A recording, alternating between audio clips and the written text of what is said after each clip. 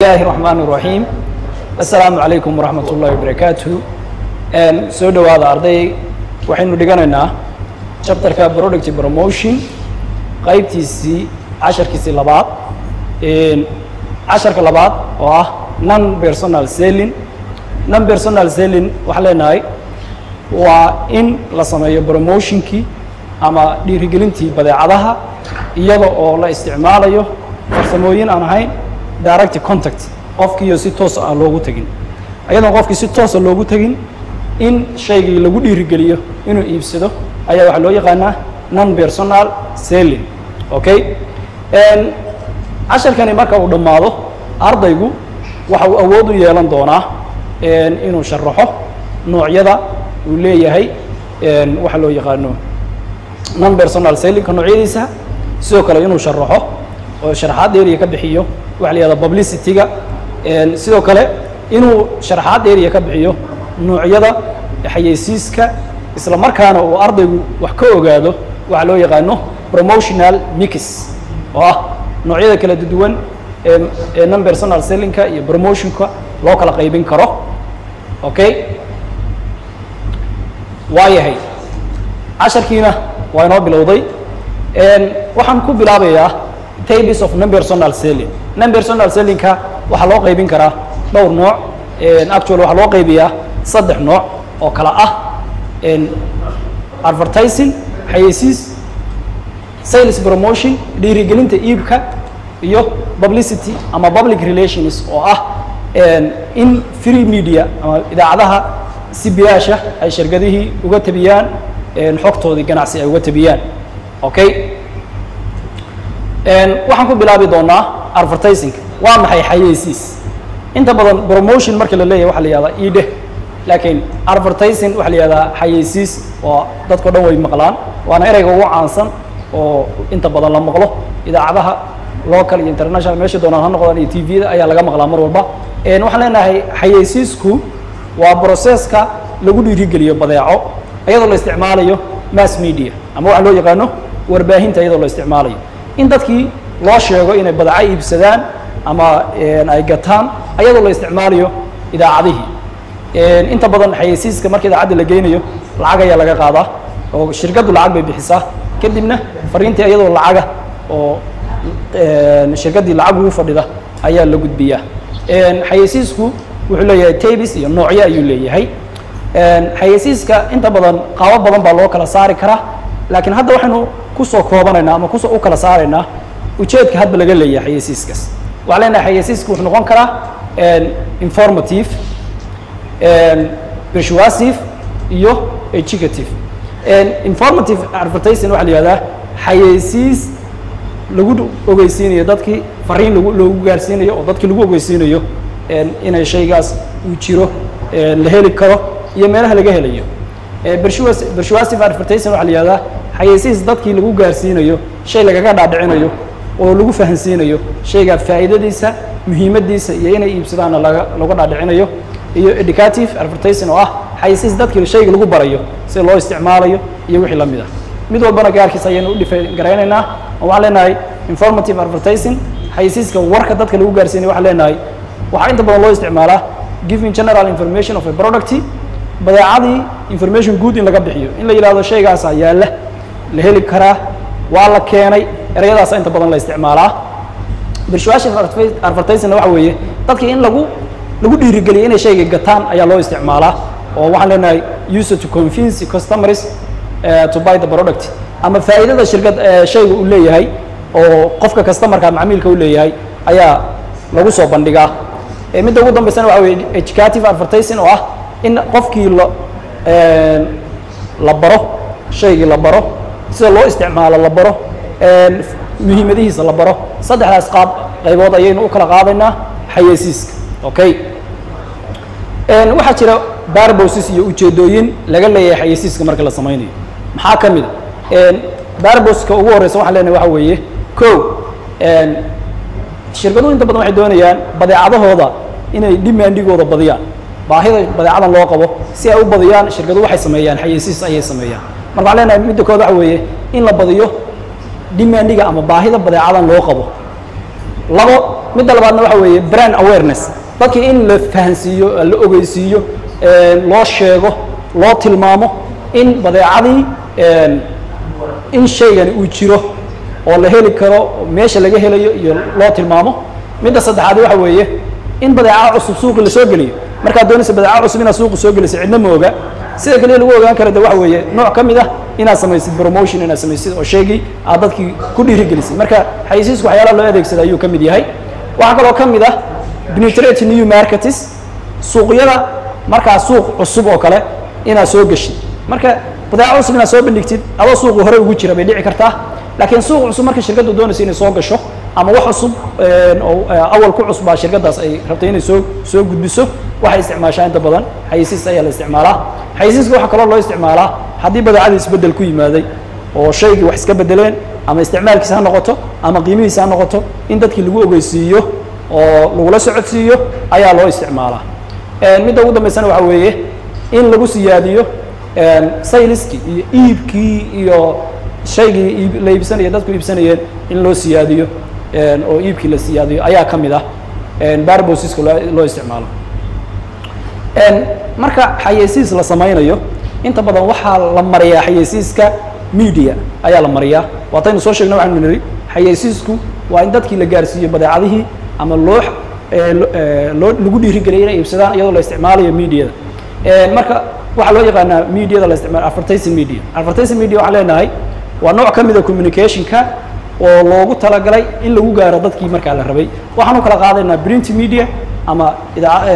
waxyaalaha la daabaco oo kale iyo electronic media iyo kuwan electroniga warlaliska xogtooda uu qaado print media waxaa ka mid ah newspaperski baa ka mid ah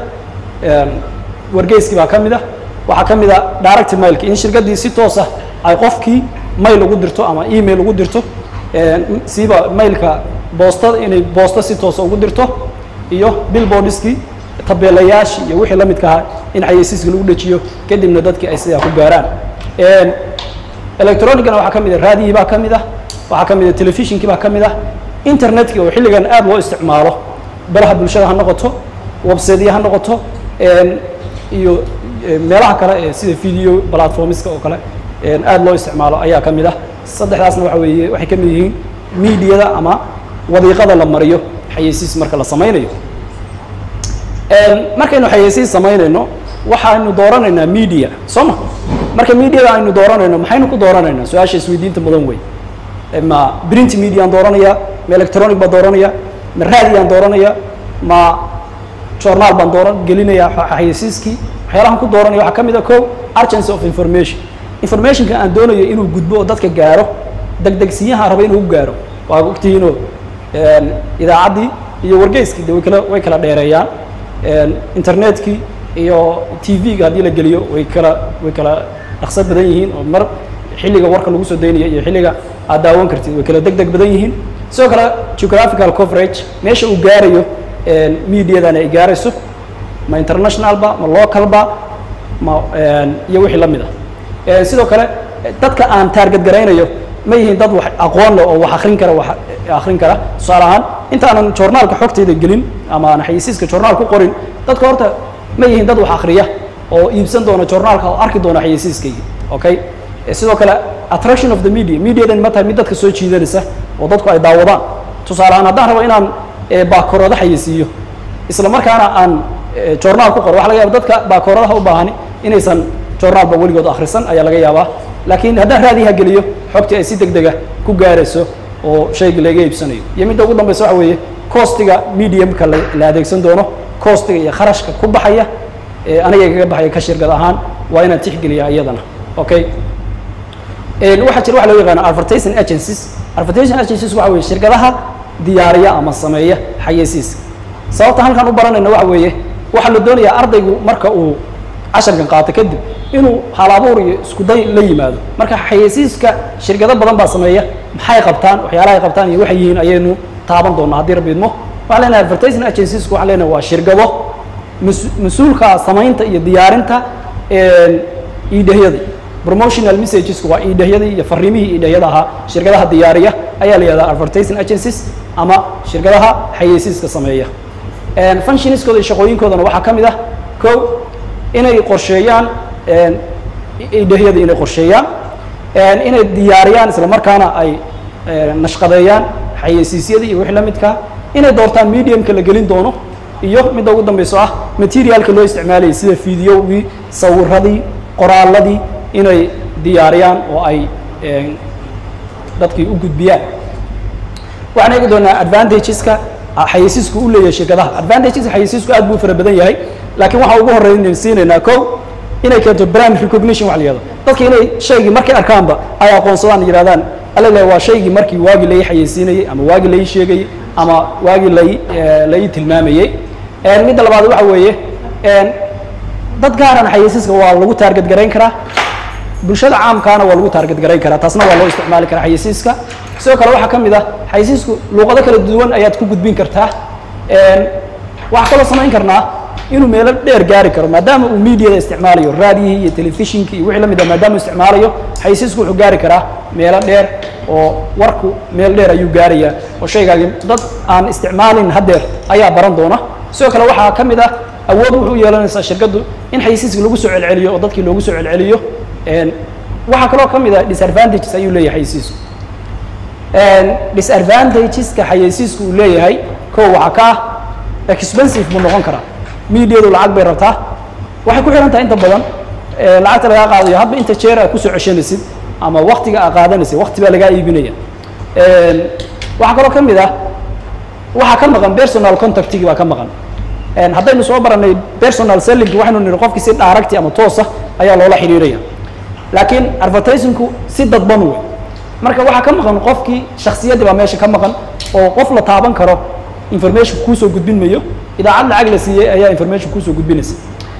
sidoo kale waxaa laga yaabaa costigii ama kharashkii xayeysiiska u baxay shirkaddii inay ku dadho bricekii taasna macaamiil badan ay kaa cayriso cilladaha kaleu leeyahy waxaa ka mid ah marka shayga la rabo qofku inuu arko oo la tuso oo la taabsiiyo xayeysiis aad samaysay waxba ma tarayo inta badan midda ugu dambaysana waxa weeye negative value concern ayuu abuuri karaa oo wixii aad xayeysiisay iyo qofka wixii aad usoo bandhigtay marmarka qaybtood inay kala duwanaadaan ayaa laga yaabaa oo qofku intuu ku khasaaro uu hadhow shirkadaadii uu ka qaado concern ama uu ka qaado dhibaato ka qaado is yidhahdo shirkadaani waxay sheegaysaa waxba kama jiraan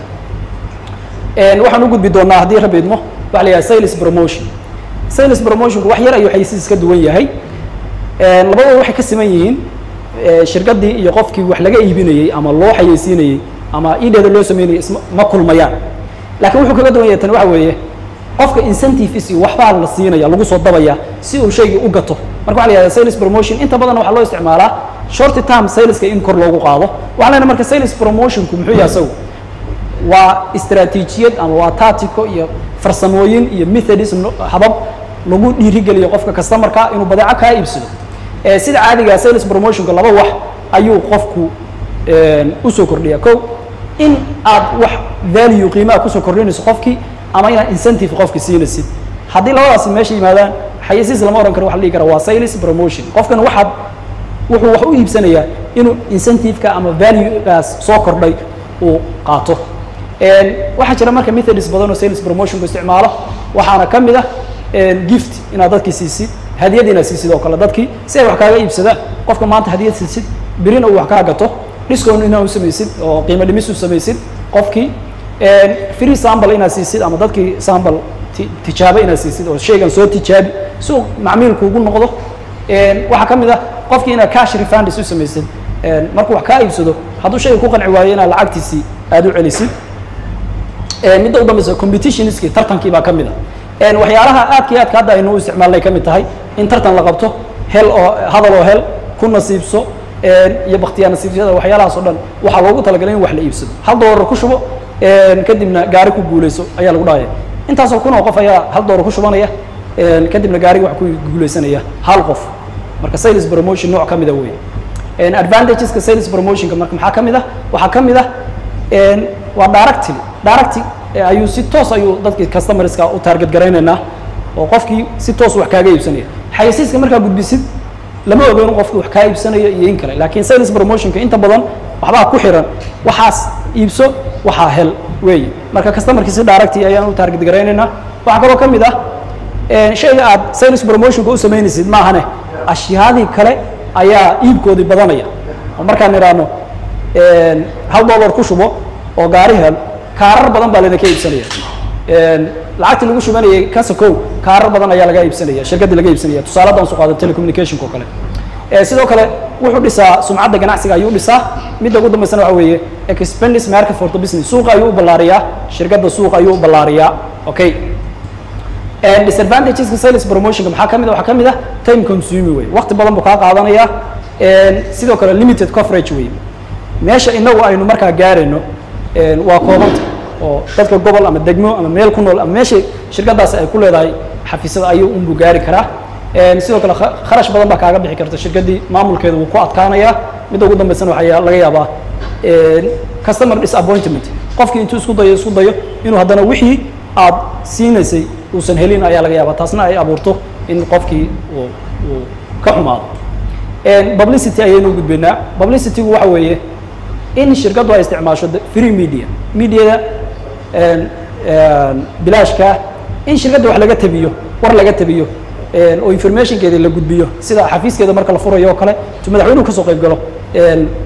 informationka laga gudbiyo ama wasiirka u furo oo informationka idaacaduhu ka tabiyaan marka waxaan leenahay waa free advertising used to attract public attention bulshada in lagu soo jiito ayaa loo adeegsadaa publicityga okay publicity advantages bay leedahay waxaana ka mid ah waa effective method of promotion waa hababka ugu wax ku oolsan marka promotion la samaynayo waxaa kaloo ka mid ah waxay ku fiican tahay misinformationka wixii khalad ee shirkadaada laga faafiyey in la soxo ayay ku habboon tahay sidoo kale wax cost iyo kharasha kaaga bixi mayaan midda ugu dambaysana waxa weeye waa credible informationkii waa la isku hadlayn karaa maxaa yeelay independent mediada idaacadihii ama warbaahintii ayaa si madax bannaan u tabinaya xogtaadii maahan waxaad lacag ku bixinaysid ama xayeysiis maaha okay disadvantageska publicityga ama in free mediada la adeegsado si badeecadii loo dhiirigeliyo waxaa ka mid ah waxaa laga yaabaa qofkii reportedka ahaa inuu information khaldan ama negative information ka gudbiyo shirkadaadii waxaa laga yaabaa sidoo kale waktiga informationkan la isticmaali karo inuu yahay very short wakti kooban inuu xogtaasi soconayso midda ugu dambaysana waxa weeye xogtii aad gudbisay wax yar oo ka mid ah in laga sii daayo idaacadihii ayaa dhici karta taasna waxa weeye cillad ay leedahay publicitygu okay objectiveska publicityga ayaan gudbaynaa publicityga maxaa ujeedo laga leeyahay